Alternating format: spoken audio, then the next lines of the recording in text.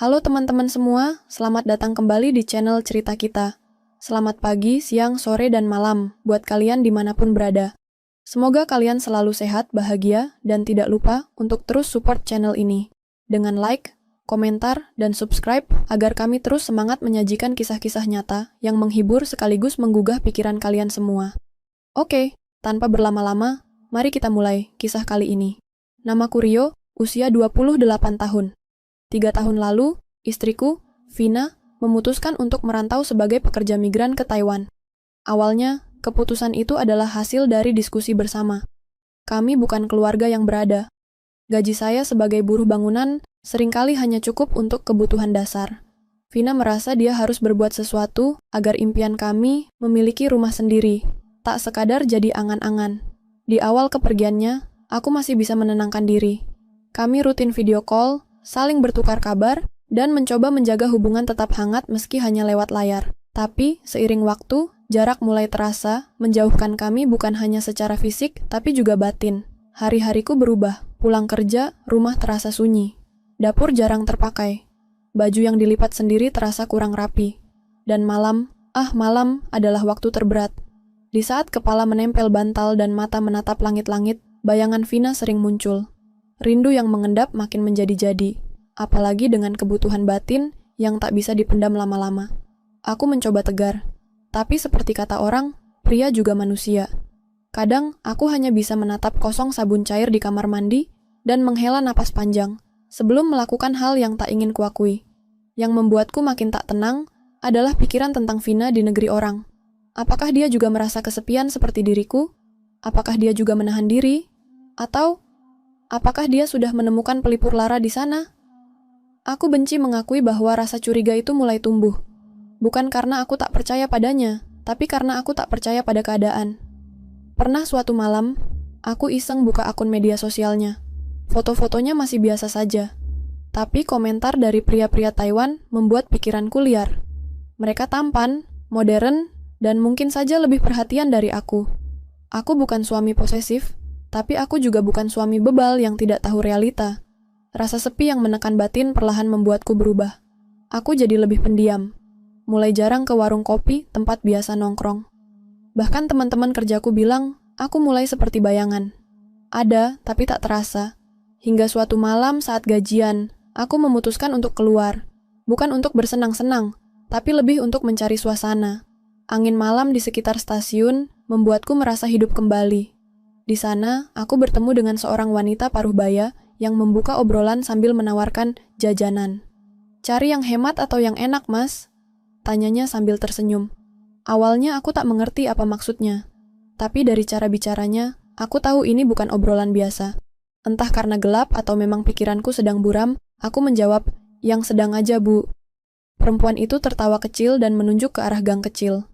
"Lorong ketiga, kamar nomor 2. Katakan saja dari Bu Narti." Aku sempat ragu, tapi kaki ini seolah tak mau berhenti melangkah.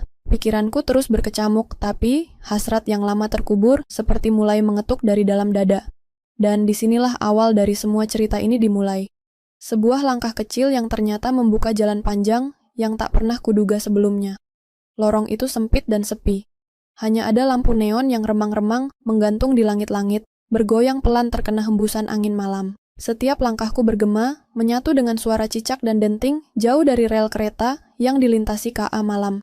Samar-samar aku bisa mencium bau dupa dari salah satu kamar yang mungkin dipakai untuk ritual atau sekadar kamuflase. Aku berhenti di depan kamar nomor 2. Sebuah pintu kayu tua dengan gagang yang sudah berkarat. Hatiku berdegup tak karuan. Aku tidak yakin kenapa aku melakukan ini. Tapi sepi di rumah, rindu yang menggumpal, dan perasaan gagal sebagai suami mendorongku untuk mengetuk pintu itu. Tok, tok. Beberapa detik tak ada jawaban. Lalu pintu terbuka perlahan. Seorang perempuan muda muncul di ambang pintu. Rambutnya digelung asal, mengenakan daster warna hijau muda, dan wajahnya tertutup sebagian oleh bayangan dari dalam kamar. Tapi ada sesuatu yang membuatku terpaku. Matanya. Ya, mata itu seolah mengenaliku. Ada sinar aneh dalam tatapannya. Seolah ingin mengatakan sesuatu, tapi tak bisa. "Mas, dari Bu Narti ya?" tanyanya lirih, hampir seperti bisikan. Aku mengangguk. Tanpa sepatah kata lagi, dia membuka pintu lebih lebar dan mempersilakan aku masuk. Suasana dalam kamar begitu sunyi. Dindingnya dihias kain tirai tipis berwarna merah jambu, dan hanya ada satu ranjang di sudut ruangan, dengan lampu tidur kecil yang menyala temaram. Aku belum lama kerja di sini, ucapnya sambil memalingkan muka ke arah cermin.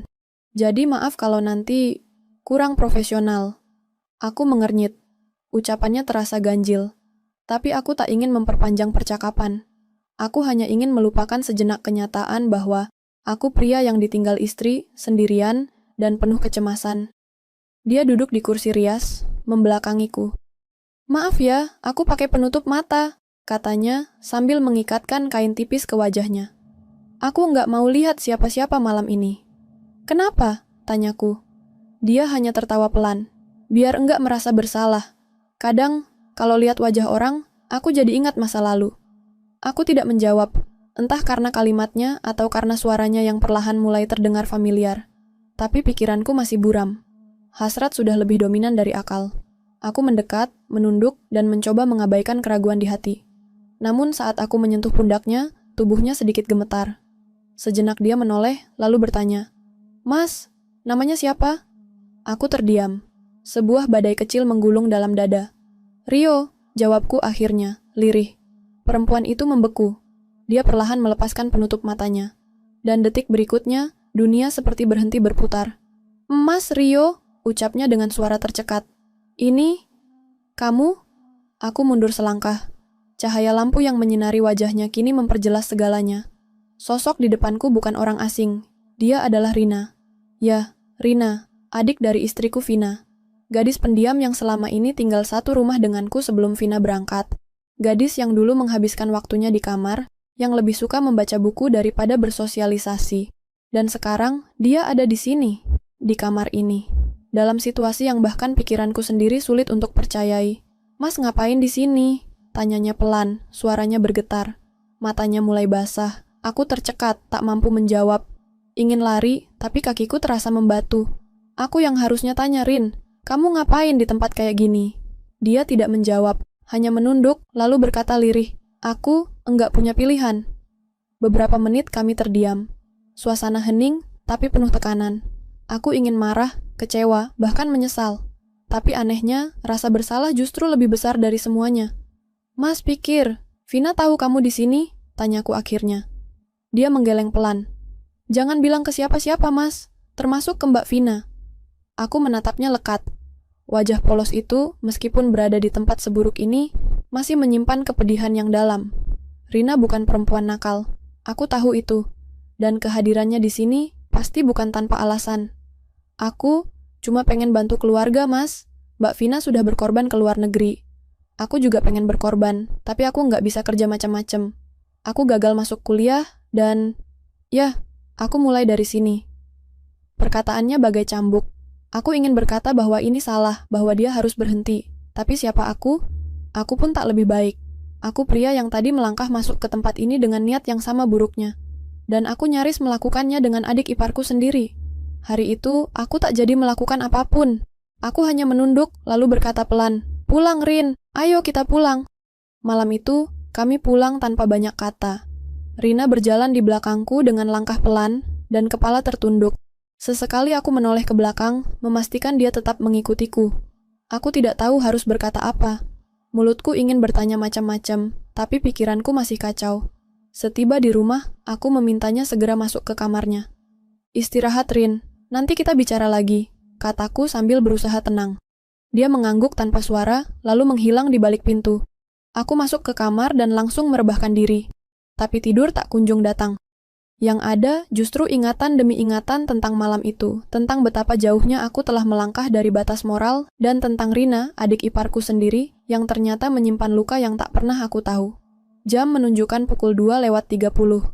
Ketika aku mulai terpejam, tiba-tiba suara pintu terbuka. Samar-samar terdengar langkah kaki mendekat. Aku bangkit, dan di balik pintu kamar, berdirilah ibu mertuaku, Bu Sari. Mas Rio, ibu nggak bisa tidur, ucapnya pelan sambil menatapku. Boleh kita bicara sebentar? Aku mengangguk. Kami duduk di ruang makan, seperti biasa. Tapi kali ini, suasananya berbeda. Dingin, sunyi, dan penuh tanya. Ibu tahu, Mas pulang tadi malam sama siapa? Katanya tiba-tiba. Jantungku berhenti sejenak. Ibu lihat, Tanyaku ragu. Dia hanya mengangguk. Mas enggak salah kok. Ibu justru lega kamu tahu sekarang. Lagi pula, ada hal-hal yang seharusnya kamu tahu dari dulu. Aku tak menjawab. Sekadar menatap cangkir teh yang tak lagi berisi. Mas tahu kenapa Vina mau jadi TKI. Padahal dulu, dia mati-matian bilang, enggak mau. Lanjutnya, aku menggeleng pelan. Karena ibu, katanya dengan napas berat. Karena ibu terlalu memaksa dia cepat punya anak. Sudah 2 tahun kalian menikah, tapi belum ada tanda-tanda. Ibu kecewa, dan Vina tahu itu. Makanya dia memilih pergi. Aku terdiam. Tiba-tiba rasa bersalah itu menguar. Tak hanya pada Rina, tapi juga pada Vina. Dan Rina, lanjut Bu Sari, dia anak yang terlalu pendiam. Dia nggak pernah bisa menolak permintaan siapapun, termasuk ibu. Maksud ibu yang menyuruh dia kerja di tempat itu. Aku membelalak. Apa? Bu, kenapa? Suaraku nyaris bergetar. Ibu cuma ingin ada yang bantu ekonomi keluarga. Ibu pikir, asal dia hati-hati, semuanya akan baik-baik saja. Apa ibu sadar, ibu menjerumuskan anak ibu sendiri? Air mata mulai membasahi pipi Bu Sari. Ibu tahu, Mas, tapi ibu bingung. Semua tekanan itu kadang membuat orang tua jadi buta. Aku berdiri. Amarah dan kecewa bercampur jadi satu. Tapi di balik semua itu, ada rasa iba. Bukan hanya pada Rina dan Vina, tapi juga pada Bu Sari, seorang ibu yang mungkin terlalu terdesak hingga menormalisasi cara yang tak sepantasnya. Ibu tahu, kamu dan Rina tadi hampir... Ya, ibu tahu. Tapi Mas Rio bukan laki-laki sembarangan. Ibu percaya kamu bisa berpikir. Aku menunduk. Kata-kata itu bagai beban yang menyayat. Dan yang lebih mengejutkan adalah ucapan beliau selanjutnya. Kalau kamu memang sayang sama keluarga ini, kalau kamu memang ingin bantu Rina, nikahilah dia. Apa? Vina mungkin takkan kembali. Tapi Rina, dia masih di sini. Dia butuh perlindungan. Butuh laki-laki yang bisa membimbing, bukan yang hanya datang saat gelap dan pergi saat terang. Aku membisu. Dalam benakku, ucapan itu berputar seperti gema. Aku bingung harus merasa apa. Senang, sedih, marah, atau pasrah. Keesokan harinya, saat matahari baru mulai menampakkan diri, aku duduk bersama Rina di halaman belakang. Angin pagi berembus lembut, tapi suasana tetap berat. Mas, ibu cerita semua? Tanya Rina dengan suara nyaris tak terdengar. Aku mengangguk. Rin, aku nggak bisa pura-pura nggak tahu. Tapi aku juga nggak bisa langsung bilang ya, atas permintaan ibu. Dia tersenyum pahit. Aku ngerti, Mas. Aku pun nggak minta dinikahi karena kasihan. Aku cuma pengen dihargai. Aku memandangnya lama. Lalu perlahan mengusap kepalanya. Kamu layak dihargai. Dan jika nanti aku benar-benar menikahimu, itu karena aku ingin membangun sesuatu yang baru, bukan sekadar menambal yang rusak. Rina menangis, tapi kali ini bukan karena luka. Mungkin karena harapan kecil mulai tumbuh di hatinya. Dan aku mulai sadar bahwa malam itu bukan akhir segalanya, tapi awal dari pilihan-pilihan yang akan menentukan arah hidup kami selanjutnya. Waktu berjalan lebih lambat sejak malam itu. Rumah kami tak lagi seperti dulu. Ada rasa yang menggantung di udara, antara malu, harap, dan semacam rindu yang sulit dijelaskan. Sejak peristiwa itu, aku dan Rina menjaga jarak. Bukan karena marah, bukan juga karena menyesal, tapi karena kami berdua sama-sama sedang menata ulang luka masing-masing. Bu Sari pun berubah. Beliau lebih banyak diam, lebih sering menatap kosong ke halaman belakang sambil memetik bunga-bunga kering yang tumbuh liar. Tak ada lagi desakan soal cucu. Tak ada lagi sindiran halus tentang kejantanan atau peran suami. Mungkin beliau mulai menyadari bahwa terlalu banyak keinginan bisa merusak yang sudah ada. 2 minggu setelah malam itu, sebuah surat datang dari luar negeri. Dari Vina, istriku. Dalam surat itu, ia menulis panjang lebar tentang kehidupannya di Taiwan. Tentang betapa lelahnya ia harus pura-pura kuat, tentang tekanan kerja yang makin berat, dan tentang rasa bersalah karena meninggalkan rumah dalam kondisi belum tuntas. Namun di akhir suratnya, ada satu kalimat yang membuatku duduk terpaku cukup lama. Rio, jika kamu sudah menemukan seseorang yang bisa menjaga rumah ini lebih baik dariku, maka bahagiakanlah dia. Jangan tunggu aku, karena aku pun mulai lelah menunggu seseorang yang bahkan hatinya sudah pergi sebelum aku berangkat. Aku membaca kalimat itu berulang-ulang, hingga tak sadar air mata jatuh tanpa suara. Entah kenapa, aku merasa sangat kecil. Ternyata bukan hanya aku yang merasa ditinggalkan. Vina pun merasa hal yang sama. Dan sayangnya, kami berdua terlalu diam untuk mengakuinya sejak awal. Sore itu, aku mendatangi kamar Rina. Dia sedang menyapu lantai, seperti biasa. Ketika aku masuk, dia langsung berhenti dan berdiri kaku. "Rin," sapaku. "Boleh kita bicara sebentar?" Dia menunduk. "Kalau soal pernikahan, Mas belum perlu jawab sekarang." Aku tersenyum kecil. Justru aku datang untuk jawab itu. Dia mendongak perlahan. Matanya masih sembab. Aku enggak tahu apakah ini benar atau salah. Tapi aku tahu satu hal. Kita berdua sudah terlalu sering disakiti oleh keputusan orang lain. Kali ini, biar kita yang putuskan sendiri jalan hidup kita. Dia tak berkata apa-apa. Hanya menatapku lekat-lekat. Aku mau menikahimu, Rin. Bukan karena paksaan. Bukan juga karena kesepian. Tapi karena aku ingin memperbaiki semua yang pernah rusak. Mulai dari kamu. Tiba-tiba Rina menangis. Tapi tangis itu bukan tangis putus asa. Melainkan seperti hujan yang lama ditahan oleh awan. Ia memelukku pelan. Dan di pelukannya aku menemukan sesuatu yang sudah lama hilang. Kehangatan rumah. Pernikahan kami berlangsung sederhana. Tak banyak tamu, hanya keluarga dekat dan beberapa tetangga yang tahu. Bu Sari menangis di hari itu, entah karena lega atau karena mengingat dosa-dosa masa lalunya. Tapi aku tahu, air matanya bukan karena penyesalan semata, melainkan harapan baru yang diam-diam tumbuh dari reruntuhan yang dulu ia bantu robohkan. Beberapa bulan setelah menikah, Rina mengandung. Rumah ini yang dulunya sunyi kini mulai terasa hidup kembali. Ada suara tawa, ada percakapan hangat di meja makan, dan ada rencana-rencana kecil tentang masa depan. Kami menamai anak kami Rasya, yang berarti harapan yang tersembunyi.